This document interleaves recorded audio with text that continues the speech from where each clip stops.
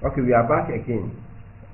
Now next letter. So from day 11 to 12 days, we have the evolution of the trophoblast. So the trophoblast now will evolve, and in the end it will form the, okay, so let's see. So how does the trophoblast, or what does it result in, or what does it develop into? So the epithelium or the endometrium covers the entrance hole of the embryo. Okay, so the entrance hole of the embryo is covered by the endometrium, which is clear. The trophoblast, which is a division of the trophoblast, shows more lacunas that are related to each other. And with the blood vessels of the endometrium, these are filled with maternal blood. So the first etoplacental circulation is established in the embryo. So let's go back and see the lacunar system. So you can see the lacunar system. This is the green thing is the syncytial trophoblast, and it has the lacunar system inside this blood vessel. And this is the first aspect of etoplacental circulation. This is the first circulation system of the conception. Okay, a new cellular structure appears between the cytoplasm and the external surface of the yolk sac, which is derived from the yolk sac, which is called extraembryonic mesoderm. We saw this in the video. So the extraembryonic mesoderm now appears. That's the yellow thing. We have the yolk sac. Inside, we have the filling of the extraembryonic mesoderm. So we can see the extraembryonic mesoderm inside the yolk sac. And this one will lead to the production of the chorion. Extraembryonic mesoderm will lead to the production of the chorion plate, chorion leaf, and chorion condosum. We want to produce the chorion. Okay. So a new structure appears between the cytoplasm and the external surface of the yolk sac. We have from the yolk sac, the extraembryonic mesoderm. Large cavities appear in the extraembryonic mesoderm that converge and form a new space, the extraembryonic cilium or chorionic cavity. So you can see. So these large cavities will end up, these are cavities, holes, will end up in forming the extraembryonic cilium or extraembryonic cavity. Okay. Extraembryonic cavity or chorionic cavity. This mesoderm has two layers: somatic extraembryonic mesoderm and splenic extraembryonic mesoderm. At this stage, the growth of the bilaminar embryonic disc is slow with respect to the trophoblast, remaining very small. The endometrium also shows the fibrillization. The fibrillization means that there is a lot of blood supply and glandular secretion. Okay. So this is what I've explained. The extraembryonic mesoderm. We know the syncytial trophoblast having the lacunar system. They have the cytoplasm around the extraembryonic mesoderm. They have the germ layers. We have the bilaminar disc, the columnar epithelium epiblast, and the cuboidal epithelium hypoblast. And then we have the exocoelomic or primitive yolk sac cavity. Okay, so let's go. Okay, so this is the same structure. So go and look at it. So we now want to look at, see whether we can now understand.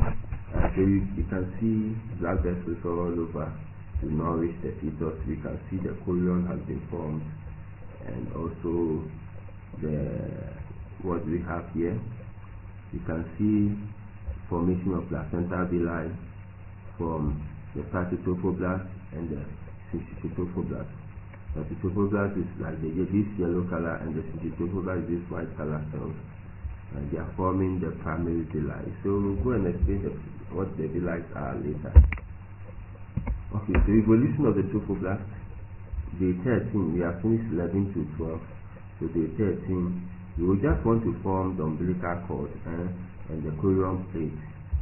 So go and read on this. So okay, so now we have the umbilical cord, the connecting stalk which leads to the umbilical cord formation, exocoelomic cyst, and also we have the embryonic cavity or chorion cavity have an embryonic or extra-embryonic somatic mesoderm or chorionic plate. They are all important. We have the oropharyngeal membrane, which leads to the buccal cavity or the mouth. We have the maternal sinusoid, amniotic cavity, yolk sac, and the rest. Let's go. So, at the end of this section, you have to know the trophoblast differentiates into two layers, the cytotrophoblast and the cytotrophoblast. The embryoblast forms two layers, the epiblast and the hypoblast. Then, so you know, embryoblast is the human organism or the human being, and the cytotrophoblast and cytotrophoblast lead to the formation of placenta and the chorion or fetal membrane. The extra-embryonic mesoderm is divided into two sheaths, the somatic and the transient. Then two cavities are formed, the amniotic sac and the yolk sac. So amniotic sac, note the amniotic sac contains the amniotic fluid. I explained what the amniotic fluid index does. Okay, so the trophoblast leads to cytotrophoblast and cytotrophoblast. And this is the villus, and this one forms the villus trunk, or which leads to the placenta development or placenta formation. And the embryoblast leads to epiblast and the hypoblast. So this one, the epiblast, this bilaminar disc is the organism, the human being, and that is the embryoblast or the inner cell mass, which has now grown into a bilaminar disc, the hypoblast and the epiblast and the hypoblast. This is the human being, and these ones, these surrounding cells are the placenta or the fetal membranes. Okay, so let's watch a video in order to get a clearer understanding.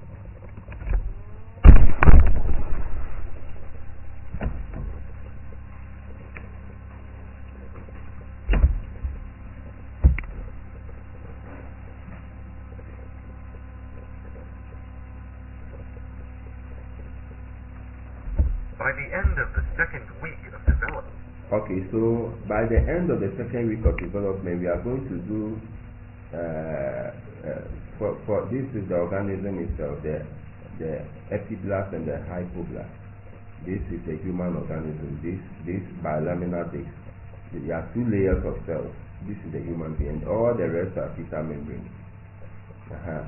So this bilaminar disc will now form a trilaminar disc. Bilaminar disc will now form. It will now become three layers. It will now, the epiblast will now become ectoderm. Then there will be a middle layer called mesoderm, and there will be the hypoblast will now become endoderm.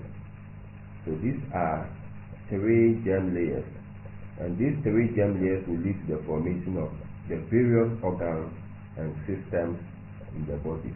You know, we have several organs in the body and 11 systems in the body. So these trilaminar discs will lead to the formation of these organs and systems in the body. So let's stay tuned as we watch the video. The bilaminar embryonic disc, consisting of the hypoblast and epiblast, has formed. Throughout the third week of development, this bilaminar disc differentiates to establish three primary germ layers in a process known as gastrulation. Around 15 days after fertilization, a thickened structure forms along the midline in the epiblast near the caudal end of the bilaminar embryonic disc. This is called the primitive streak. At this stage, please note the caudal end. When you say caudal is what? Caudal end is what? Towards the tail of the human organism. So towards the tail of the human organism, which is the caudal end.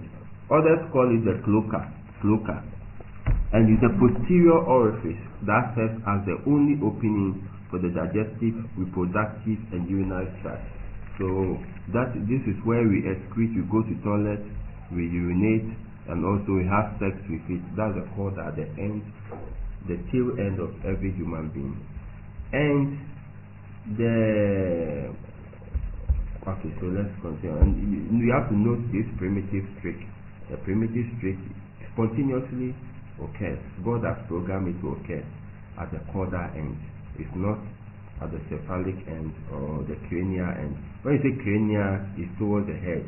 This whole area is the head area, and this area is the caudal area or the tail area.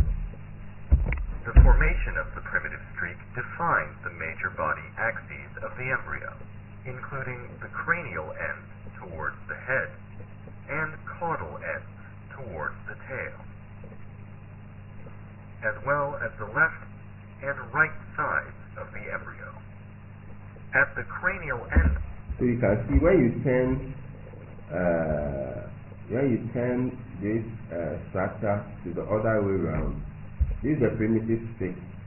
At the left hand side, here, this is the left hand side of the primitive streak, this is the right hand side. So this is the left hand side of the human being, and this is the right hand side of the human being. So in a nutshell, we are forming the body axis, the cranial caudal axis, the left and right axis. Then the this upper side and the down side is called anterior and also posterior. So we are forming three body axes: the craniocaudal, the anterior posterior, and the lateral. Of the embryonic disc, the primitive streak expands to create a primitive node which contains a circular depression known as a primitive pit. This depression continues along the midline of the epiblast towards the caudal end of the streak, forming a primitive groove. Once formed, cells of the epiblast migrate inward towards the streak, detach from the epiblast, and slip beneath it into the interior of the. So cells will now migrate from the primitive streak down inside the primitive streak into the primitive groove, then enter. But these hypoblast cells will be intact, but the epiblast will now migrate and form a cell, so that there will be a layer of cell between the epiblast and these hypoblast cells, and that is what we call the mesoderm. The embryo. This process is known as invagination. The first cells to invaginate through the primitive groove invade the hypoblast and displace its cells. The hypoblast cells are eventually completely replaced by a new proximal cell layer, which is referred to as the definitive endoderm. By day 16, the majority of the hypoblast has been replaced. The remaining cells of the epiblast are now referred to as the ectoderm and forms the most exterior distal layer. So now we have the ectoderm. The epiblast will now develop into the ectoderm. Then the hypoblast will also develop into the endoderm. Then there is a middle layer which I explained earlier on. Cells that will occupy here, and that will be between the endoderm and the ectoderm. That is the mesoderm. Vaginated epiblast cells remain in the space between the ectoderm and newly formed definitive endoderm.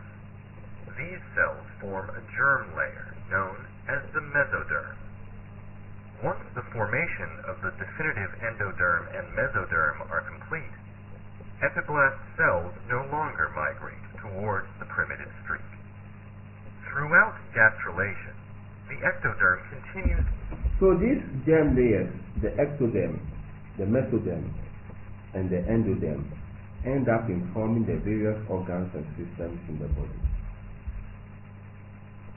To form from the cranial to the caudal end of the embryo, establishing three distinct primary germ layers throughout the whole embryonic disc.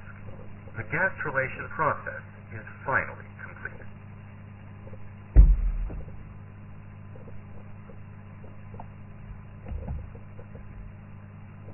Okay. So let's go. So, as explained, granulation. At first, it is the process of formation of three embryonic layers: endoderm, mesoderm, and ectoderm, that give rise to all organs and systems of the organism or the body. The bilaminar embryonic disc becomes trilaminar, so the two embryonic discs, that's the hypoblast and the epiblast, will now become the trilaminar, that is endoderm, ectoderm, mesoderm. Granulation begins with the formation of primitive streak on the surface of the epiblast. So the primitive streak occurs on the surface of the epiblast towards the caudal portion of the embryonic disc. Those attachments of that is what the video explains. The cells of the epiblast migrate and degenerate through the primitive groove and the primitive pit. The cells of the epiblast which migrate towards the primitive streak replace those of the hypoblast and form the embryonic endoderm. So the hypoblast is now replaced to become an endoderm, while the epiblast is replaced to become an ectoderm. Then other cells are located between epiblast and the newly formed endoderm, and this is what we call intra-embryonic mesoderm. So the cells that appear between the two, the ectoderm and the endoderm, is what we call the mesoderm. Mesoderm cells move caudally or towards the tail and laterally to the left and right hand and join with extraembryonic mesoderm. In the cephalic direction or towards the head, they migrate past on each side of the oropharyngeal. Oropharyngeal means the mouth membrane or precaudal lamina to the cephalic end of the disc and form the cardiogenic area. So this is how the heart is formed.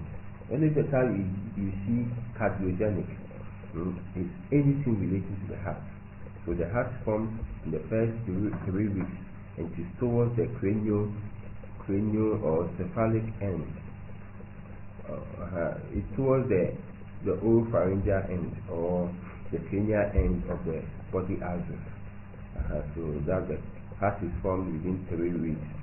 Then the chambers are formed by the 7th week. So you should know within the first 7 weeks, the first 4 weeks or first 3 weeks, you should know whether your baby is alive or dead. That is, if the fetal or cardiac activity is absent, then your baby is dead. It's a missed abortion. So if you see a woman or your wife is bleeding, and she is pregnant, early pregnancy, maybe 3 weeks, 4 weeks or whatever, and you see her bleeding, when you send her to the ultrasonography for a scan, what we do is that the scan will check the fetal heart. We will check the fetal heart to see whether the heart is present and whether it's beating, whether there is what the heart is beating or there is a heart rate.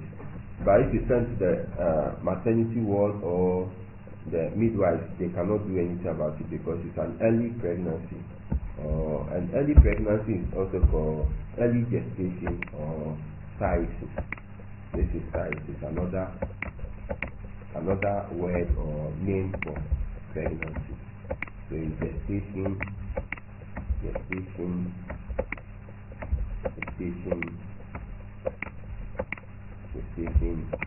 or phthisis or pregnancy.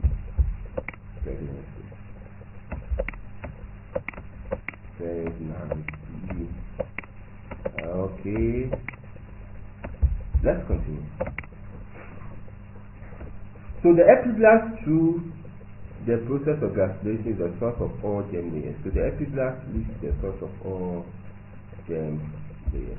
The epiblast is what indigenates through the primitive streak to arrive at the endoderm and also produce the mesoderm, and then the epiblast now will become the ectoderm. So the epiblast is what produces all the 3 germ layers: the ectoderm, mesoderm, and the endoderm. And I hope you know the epiblast. That is the uppermost layer. This is the epiblast, the uppermost layer, and the hypoblast is down.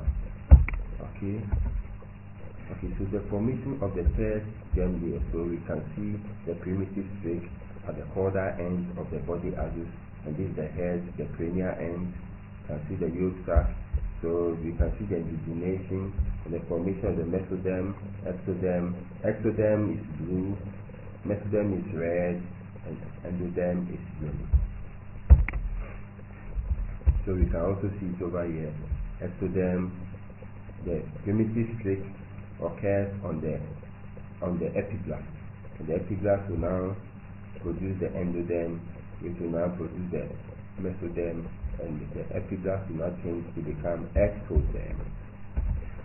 Okay, so let's see another video to understand, because the ectoderm leads to the production of the cerebral, the spine, what we call the vertebral column. So what you see, and the vertebral column, the primitive name for the vertebral column is called the notochord. Notochord. So now we want to see how the notochord is formed. This is the notochord or the vertebral column. So, and that is what houses the spinal cord. So let's see how it is also formed.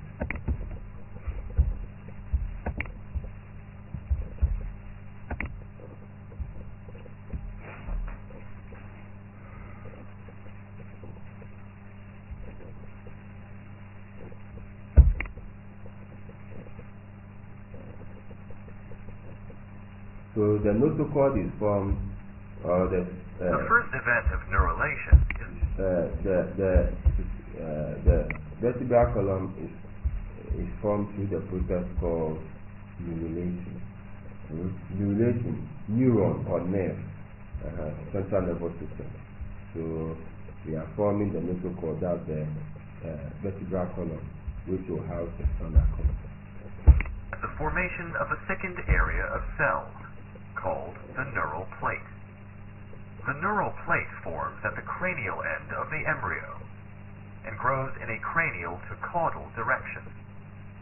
The cranial or head end of the neural plate indicates the region of the future brain, and the narrower caudal or tail end represents the future region of the spinal cord. By the end of the third week of development, the lateral edge of development. By the end of the third week of development.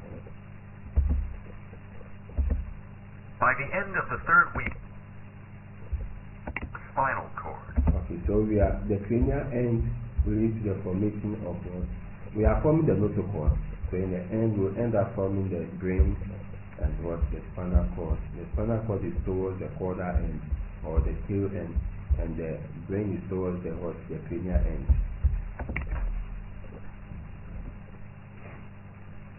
By the end of the third week of development, the lateral edges of the neural plate become elevated and move together to form the neural fold. The resulting space created by the folding of the neural plate is called the neural groove. The neural folds fuse together, and the neural plate transforms into the neural tube. So you can see the neural tube. That is the vertebral, what do you call the vertebral column. That's where the spinal cord will attach. The precursor to the central nervous system. Fusion of the neural tube usually begins in the middle of the embryo, extending in both cranial and caudal directions. During the closure of the neural tube, cells on the crest of the neural. Okay, so you can see the neural tube will end in the vertebral column, which will, the spinal cord will pass through this hole. Fold detach, forming a new cell population called the neural crest. These cells contribute to the formation of the peripheral nervous system. Once the neural tube has... So you know the peripheral nervous system. We have the central nervous system, that's the brain and the spinal cord. And the peripheral nervous system will be what we call it, the neurons and other things that are attached. The neurons, those that help in the sympathetic and parasympathetic activation of the autonomic nervous system and the rest. Has completely fused. The process of neurulation is complete.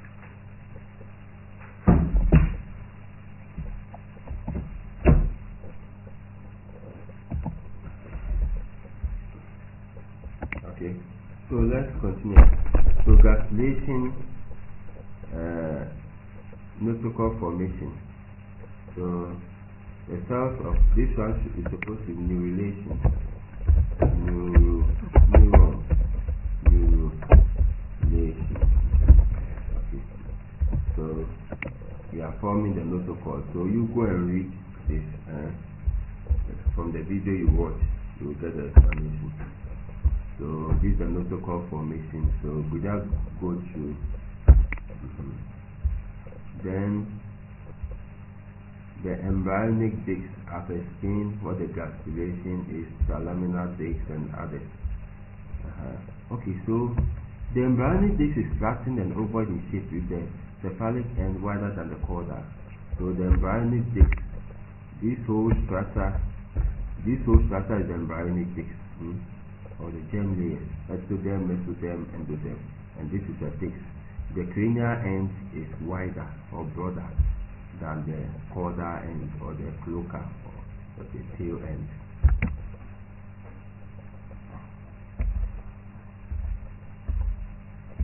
Okay, so the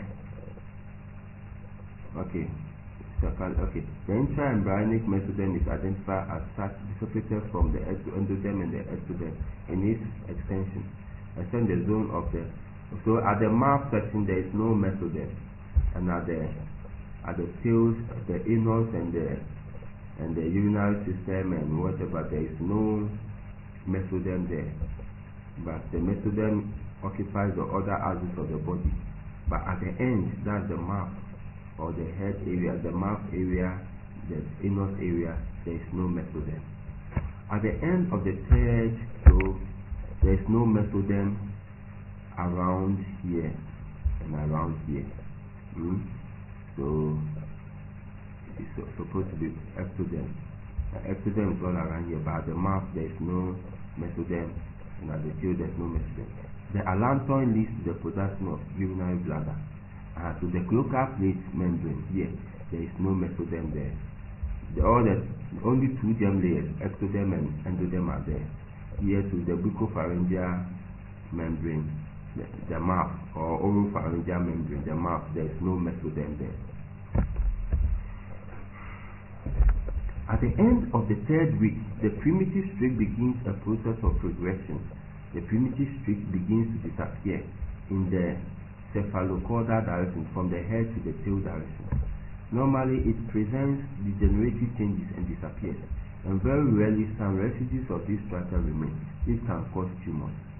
So when it's programmed to disappear, the primitive streak is programmed to disappear or regress in the cephalocaudal direction. Normally, it presents degenerative changes and disappears, but very rarely some residues of this strata remain, and which can cause tumors or benign tumors or cancers. So we call it teratoma sarcoidosis. Teratoma sarcoidosis. That is, if the primitive streak does not disappear and leaves some debris. In the cephalic portion of the disc, the germ layers begin to differentiate by middle of the third week, whereas in the caudal portion, okay, this is not so important. Okay, so changes in the trophoblast. So trophoblast, okay, you can read on this one too. Changes in the trophoblast. Okay, so let's see. The placenta has secondary villi. Secondary villi means that mesoderm, this is a cytotrophoblast, and this red thing, deep red thing, is the syncytial trophoblast. If the cytotrophoblast is there and the syncytial trophoblast is also there without any mesoderm inside it, it is called primary villi. But if there is a mesoderm inside it like this, this is a mesoderm, then it's called secondary villi. So you can see a mesoderm there. This is a cytotrophoblast with mesoderm inside, and the syncytial trophoblast, that's the outer border. So these three form the secondary villi. And villi are what? The constituents or the basic units of the placenta. That is what the placenta is made of. So if the mesoderm is occupied by blood vessels, we have the cytotrophoblast here, the syncytiotrophoblasts here, the mesoderm is this color. If there are blood vessels inside, it becomes a tertiary villi. So you can see blood vessels in the mesoderm, and the cytotrophoblast and the syncytiotrophoblasts. So this is a tertiary villi. And these villi systems, they are the main components of the placenta. Most significant changes during the third week. So the third week of gestation, the first week is the fertilization and the blastocyst formation, division, segregation, blastocyst formation. The second week is the formation of the bilaminar disc, which contains the epiblast and the hypoblast. And the third week is the formation of the ectoderm, the 3 germ layers, which leads the production of the organs and the systems in the body. And we have the ectoderm, mesoderm, and endoderm. This is what we call the trilaminar disc. And the epiblast and the hypoblast, which occurs in the second week, is what we call the bilaminar disc. And by the third week, we have the trilaminar disc, ectoderm, mesoderm, and endoderm. The trophoblast, which leads the formation of fetal membranes, like the placenta and the chorion, comprises of the cytotrophoblast and the syncytiotrophoblasts. The cytotrophoblast and the syncytiotrophoblasts with endoderm, with mesoderm inside, forms the secondary villi, and with endoderm, mesoderm, and blood vessels inside, this is the cytotrophoblast, syncytiotrophoblasts, cytotrophoblast.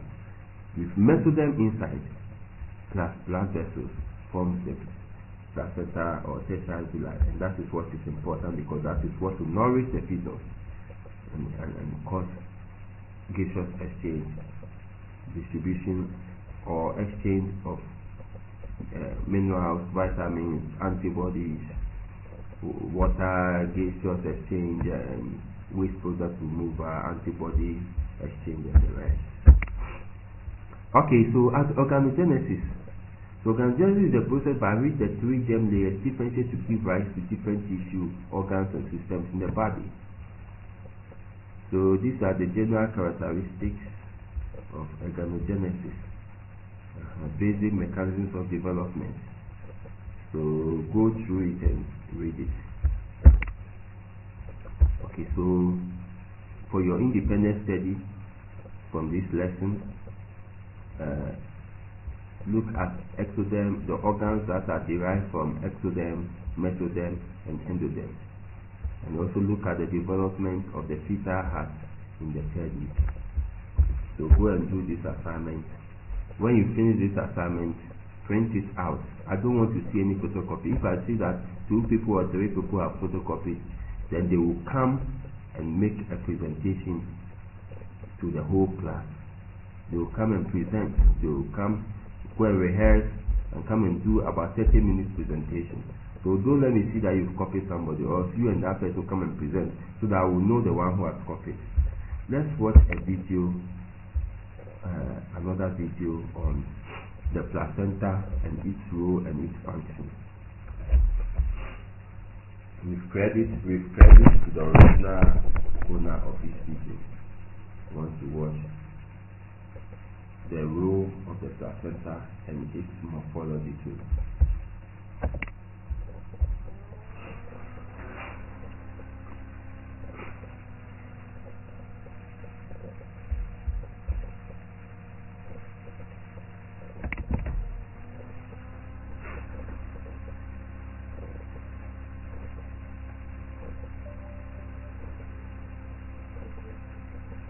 Development of the placenta begins during implantation.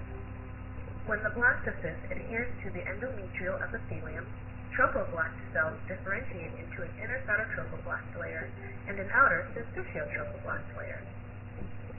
As the cytotrophoblast proliferates, newly formed cells migrate into the syncytiotrophoblaст and lose their cell membrane, forming a rapidly growing floating nucleated mass. The cytotrophoblast secretes proteolytic enzymes, and the syncytiotrophoblaст sends out finger-like projections, allowing the blastocyst to embed into the endometrium. Lacunae, or stasis, begin to form within the syncytiotrophoblaст. As the syncytial trophoblast erodes the endometrial blood vessels and glands, the lacunae become filled with maternal blood and glandular secretion. Isolated lacunae fuse to form a network through which maternal blood flows, thus establishing early uteroplacental circulation.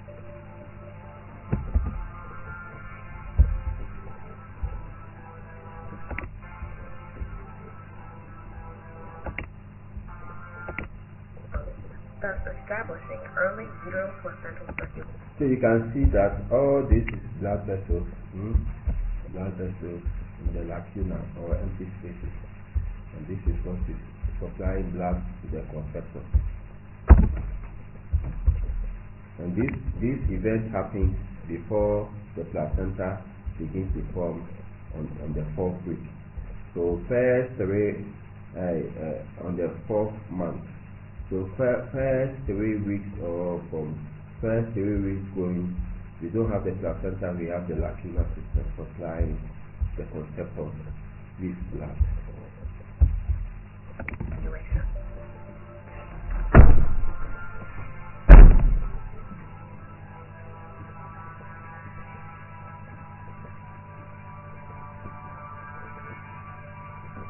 Toward the end of the 2nd week, small projections of the cytotrophoblast begin to expand into the syncytiotrophoblasts, forming primary chorionic villi. Early in the 3rd week, extra embryonic mesoderm grows into these villi, forming a core of loose connective tissue, at which point the structure is known as... Okay, so we are forming so we have the primary villi. Okay, let's the villi system more. Let's repeat it again. Okay. Early in the 3rd week, extra embryonic mesoderm grows into these villi, forming a core of loose connective tissue, at which point the structure is known as... Okay, so this is the primary villi. We have the syncytiotrophoblasts with the blood vessels or lacinosis, spiral arteries inside. Then we have the cytotrophoblast. So this is the primary villi because it doesn't have this mesoderm inside it. But when this mesoderm comes to occupy the cytotrophoblast, this is the syncytiotrophoblasts and this is the cytotrophoblast. When mesoderm enters it, then it becomes the secondary villi. But when secondary chorionic villi. By the end of the 3rd week, embryonic blood vessels have begun to form in the extra embryonic mesoderm of the secondary chorionic villi, transforming them into tertiary. So when blood vessels now come and enter the mesoderm, then it forms the tertiary villi. So the tertiary villi comprises of the cytotrophoblast, the syncytiotrophoblasts, cytotrophoblast, extra embryonic mesoderm, and blood vessels. This from the tertiary chorionic villi. Cytotrophoblast cells in the tertiary villi grow towards the decidua vestalis and spread across it to form a cytotrophoblastic shell. Villi that are connected to the decidua vestalis through the cytotrophoblastic cells are called anchoring villi. Villi going from the sides of the stem villi are called... So all these are placenta villi.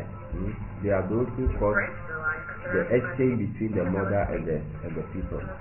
So these are all villi, tertiary villi. By the 4th week, fetal blood flow is established. Slowly oxygenated blood is transported to the placenta from the fetus via paired umbilical... Okay, so let's look at the placenta's blood flow. So we have the fetus has 2 umbilical arteries. In the fetus, an artery carries oxygenated blood in an adult or a human being. But in a fetus or a baby inside the womb, the umbilical arteries are 2 arteries that run through the umbilical cord. This is the umbilical cord. It has the one-tone jelly around this, the one-tone jelly around it. That is what encases the umbilical cord. So it has umbilical arteries. And these umbilical arteries, instead of them an artery carrying oxygenated blood, it rather carries deoxygenated blood. And this deoxygenated blood is coming from the fetus to the mother for gaseous exchange. The fetus has its waste products and other things inside to go and give to the placenta, so the placenta will give it to the mother. Then the mother will give her oxygenated blood back to the fetus to nourish the fetus. So it's very important. That's why children tend to love their mothers more than their fathers, because we, apart from giving talk money, what do we do? But the mother is usually feeding the baby or the fetus in the womb. Yes, so umbilical axis now gives deoxygenated blood, while the umbilical vein will carry which is the opposite. In the normal human being, the umbilical vein carries waste and deoxygenated blood. But in the fetus, the umbilical vein rather carries oxygenated blood, nutrients, antibodies, vitamins, and a whole lot of things that will help the baby. Umbilical arteries. These arteries send branches into the chorion villi and divide into capillary networks at the terminal end. Carbon dioxide and waste products are removed from the fetal circulation across the placental membrane to the maternal blood in the intravillous space. Oxygen and nutrients are transported across the placental All these are intravillous intravillous blood spaces. to the fetal capillary. All these are intravillous spaces. These are the Oxygen villi. fetal blood travels back through veins, converging to form a single umbilical vein that goes to the So umbilical vein carries oxygenated blood, like I said. And mind you, the umbilical veins are only one. Then the umbilical axis are two. So umbilical vein, the one that is carrying, the umbilical veins are, the umbilical vein carries oxygenated blood from the mother to the fetus, and it's only one. While the umbilical arteries are two, and they carry deoxygenated blood from the fetus to the mother. To the maternal circulation and endometrial veins, forced out by the pressure of incoming arterial blood.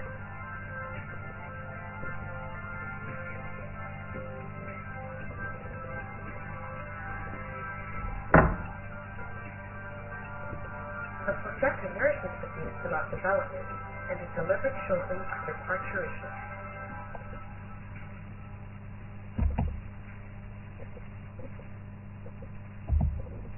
Okay, so finish the video. So let's look at the placenta.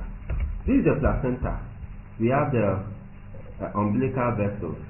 That's umbilical vein, umbilical artery inside the placenta. And inside the umbilical cord. And we have the coronary vessels, which are deep or under the amnion. The amniotic layer. The coronary vessels are under it. So this picture we are seeing is the fetal side of the placenta. This is the fetal side. So this is the description of the placenta. Go and read. So the placenta has cotyledons. You can see the lobule. This is the maternal side of the placenta. It has grooves and also ridges. And these are called cotyledons. So let's see the cotyledons well. So you can see the placenta nourishing the fetus, and the uterine artery supplies blood to the uterus. You can also see the fetus, the cervix, the uterus, which is the womb, the placenta. You can see coronary villi. These are the villi, the tertiary villi that I showed you earlier on. The fetal portion that develops from a portion of coronary sac called foramen. So the fetus portion of the placenta is called coronary fundosum, and the maternal portion of the placenta is called the fibula bassalis. So let's see. Okay, so the placenta, let's look at a diagram on the placenta. Well, yes, so we have the placenta. This is placenta. The fetal face is here, where the umbilical cord is called this, and where the coronary vessels are. And we have the cotyledon, that's the maternal side. So let's look at the label of it. So these are the cotyledons and the grooves, maternal face. Then the coronary vessels, these are all coronary vessels. They form from the chorion, and this is the amnion, which produces the amniotic fluid. So this is the fetal face. You can only see the fetal face if you have the umbilical cord showing. So you see that this is coming from the fetus. Okay, so let's go back and see more diagrams. So the third week, okay, so we are seeing here the stages of placenta development. I would like to end this lecture of the stages of placenta development. So that will continue next week. Thank you.